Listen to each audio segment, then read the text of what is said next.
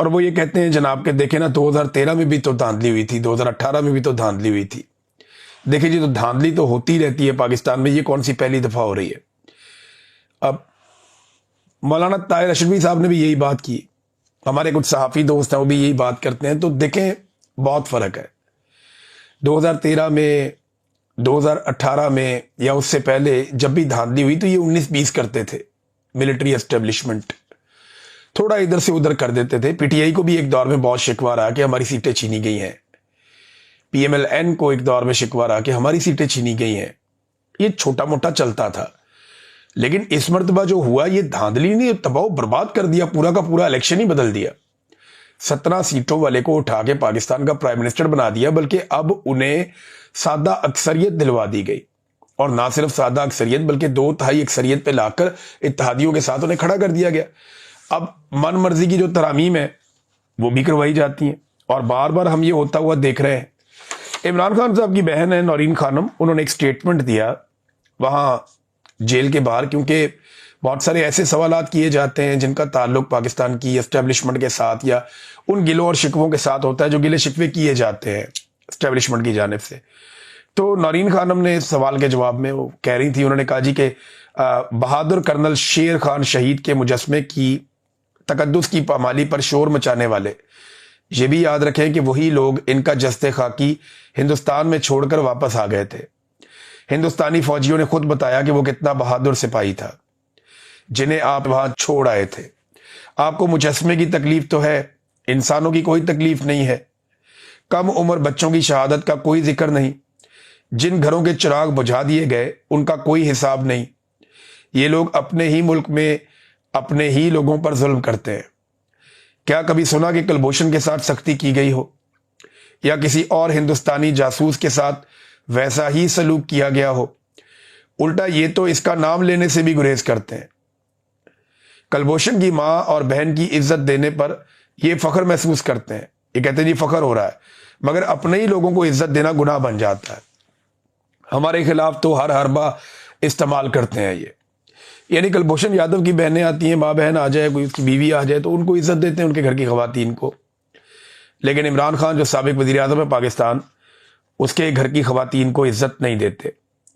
اچھا, یہ عمران خان صاحب کی بہنیں وہاں باہر جا کر بیٹھی ہوئی ہیں اور ان کی ملاقات نہیں کروائی جا رہی, تو انہوں نے تو دھرنا دینے کا فیصلہ کیا ہوا, وہ وہاں بیٹھ گئیں.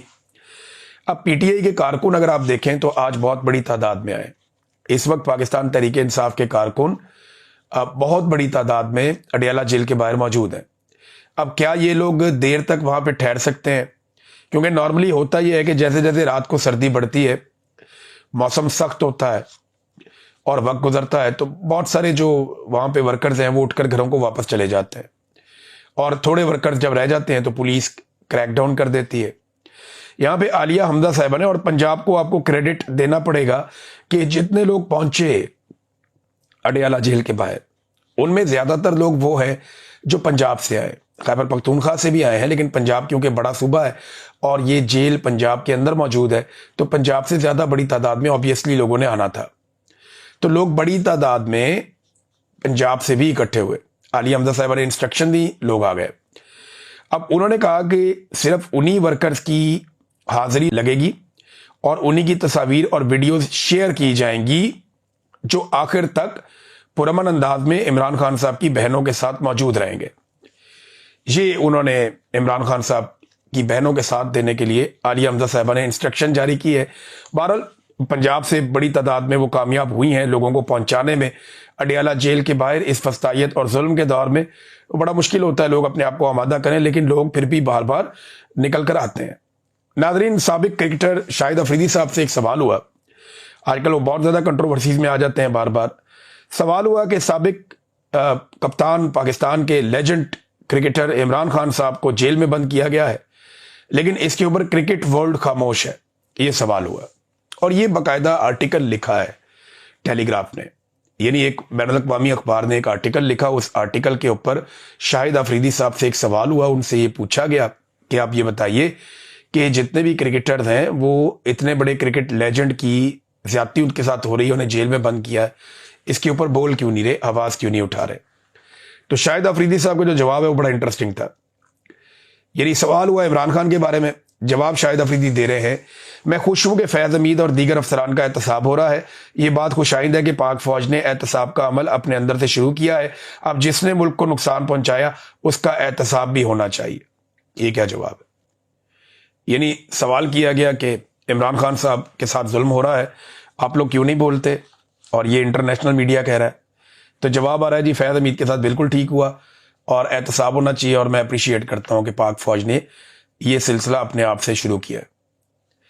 تو یہ بڑی عجیب و غریب بات ہے، یا تو کرکٹ پہ بات کریں اور سیاست پہ بات نہ کریں، اور اگر سیاست پہ بات کرنی ہے تو پھر سوالوں کے جواب دینا بھی سیکھیں، کیونکہ جب آپ سیاست کرتے ہیں تو لوگ سوال پوچھتے ہیں۔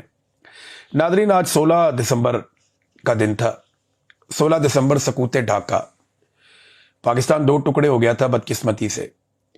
کیا ہم نے کچھ سیکھا ہے؟ یہ ہے بڑا سوال۔ اگر ہم نے کچھ سیکھا ہوتا تو آج ہم وہ نہیں کر رہے ہوتے جو ہم کر رہے تھے دسمبر 1971 میں، جو ہم دسمبر 1971 میں کر رہے تھے۔ اگر ہم نے کچھ سیکھا ہوتا تو آج ہم وہ نہ کر رہے ہوتے۔ دیکھیں نا، بہت ساری چیزیں آج بھی مشترک ہیں۔ مثال کے طور پہ اس وقت بھی عوام ایک طرف تھی، اسٹیبلشمنٹ دوسری طرف تھی، اور آج بھی ویسی صورتحال ہے۔ اس وقت کا جو ڈکٹیٹر تھا وہ مسائل کو سنجیدگی سے نہیں لے رہا تھا، اسے ادراک ہی نہیں ہو رہا تھا کہ پاکستان کس طرف جا رہا ہے۔ آج کی ملٹری اسٹیبلشمنٹ ہو یا حکومت ہو، ان کو سمجھ ہی نہیں آ رہی کہ یہ ملک کو کس طرف لے کر جا رہے ہیں، اور فوج کا morale خراب ہو رہا تھا اس دور میں بھی۔ آج بھی فوج اور عوام کے بیچ میں خلیج بڑھ رہی ہے ملٹری اسٹیبلشمنٹ کی لگاتار مداخلت کی وجہ سے، اور تب بھی سیاست میں فوج کی مداخلت بہت زیادہ تھی۔ آج بھی سیاست کے اندر فوج کی ادارے کی مداخلت بہت زیادہ ہے۔ میڈیا اور عدالتیں اور پورا نظام اس وقت بھی ملٹری اسٹیبلشمنٹ نے کنٹرول کیا ہوا تھا، آج بھی یہ ساری چیزیں کنٹرول کر لی گئی ہیں، اور اس وقت بھی قوم کو بھی دھوکے میں رکھا گیا، خود کو بھی دھوکے میں رکھا گیا کہ کچھ نہیں ہوتا، سب ٹھیک چل رہا ہے، حالات کنٹرول میں ہے۔ اور یہ بہت سارے لوگ کہتے بھی تھے اس وقت، میڈیا کے لوگ ہیں جنہیں استعمال کیا جاتا تھا۔ سوال یہ پیدا ہوتا ہے کہ اس وقت بھی دھوکے میں رکھا گیا، خود کو بھی قوم کو بھی، اور آج بھی وہی ہو رہا ہے۔ آج بھی قوم کو دھوکے میں رکھا جا رہا ہے کہ یہ بھی ٹھیک ہے، وہ بھی ٹھیک ہے، جناب ہم نے یہ سیٹ کر دیا، وہ سیٹ کر دیا۔ کچھ بھی سیٹ نہیں کیا انہوں نے۔ پاکستان کے حالات لگاتار خراب ہو رہے ہیں۔ مقبول لیڈر اور مقبول پولیٹیکل پارٹی کو اس وقت دیوار کے ساتھ لگایا گیا، اور آج بھی پاکستان کے سب سے مقبول لیڈر کو اور پولیٹیکل پارٹی کو دیوار کے ساتھ لگایا گیا۔ اس دور میں بھی خواتین کے ساتھ بدتمیزی کی گئی، چادر اور چار دیواری کا تقدس پامال کیا گیا، اور آج بھی وہی سب کچھ کیا جا رہا ہے۔ اس وقت بھی طاقت کا نشہ تھا، آج بھی طاقت کا نشہ ہے۔ ظلم، جبر اور فسطائیت عروج پر تھا اس وقت بھی، اور آج بھی ظلم، جبر اور فسطائیت عروج پر ہے۔ میرا ایک سوال یہ ہے کہ اگر آپ ایک ہی تجربہ بار بار کریں گے تو کیا نتیجہ مختلف آئے گا؟ میری دعا ہے کہ پاکستان جن حالات سے 1971 میں گزرا، پاکستان دوبارہ کبھی ویسے حالات سے نہ گزرے۔ لیکن جو تجربہ پاکستان کی اسٹیبلشمنٹ 1971 میں کر رہی تھی، اور جو غلطیاں 1971 میں کر رہی تھی، آج بھی پاکستان کی اسٹیبلشمنٹ وہی تجربات اور وہی غلطیاں ایک بار پھر دہرا رہی ہے۔ میں بار بار کہتا ہوں کہ ہوش کے ناخن لیجئے، سنبھالیے اپنے آپ کو، اور پاکستان کو، ضد اور انا کو ایک سائیڈ پہ رکھیے، اور پاکستان کو آگے بڑھنے دیجئے۔ جائیے جیل میں عمران خان سے بات کیجئے، اسی کے ساتھ پاکستان کا استحکام جڑا ہے، لیکن ضد اور انا جو ہے وہ کسی نتیجے پہ آنے نہیں دیتی۔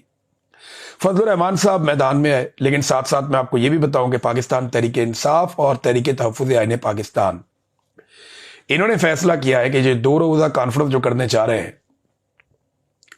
دسمبر کے آخری 10 دنوں کو بہت ایکٹیو کر دیا جائے گا۔ یہ 20-21 تاریخ کی کانفرنس ہے۔ اب اس کانفرنس کو یہ کرنے جا رہے ہیں خیبر پختونخوا ہاؤس میں، اور یہ وارن کیا گیا ہے کہ ریاست باد رہے، کوئی شرارت نہ کرے، کیونکہ یہ وفاق اور صوبے کا معاملہ ہے۔ تو ایک صوبے کا ایک ہب ہے، ایک صوبے کا ایک نمائندہ جگہ ہے صوبے کی، خیبر پختونخوا ہاؤس صوبائی ہاؤس ہے، تو وہاں پہ اگر ایک پولیٹیکل ایکٹیویٹی ہوتی ہے تو اس کے اوپر کسی قسم کا کریک ڈاؤن یا کوئی دوسری حرکت نہیں کرنی چاہیے۔ تو اپوزیشن وہاں پہ اکٹھی ہو رہی ہے۔ دوسرا، فضل الرحمان صاحب نے یہ جو موجودہ آئینی ترمیم ہوئی ہے، ان ترامیم کو فضل الرحمان صاحب نے اسلام کے منافی اور کم علمی کا نتیجہ قرار دے دیا۔ یہ غیر اسلامی ہے، انہوں نے کہا دینی جماعتوں اور مختلف مکاتب فکر کے علماء کا ایک اجتماع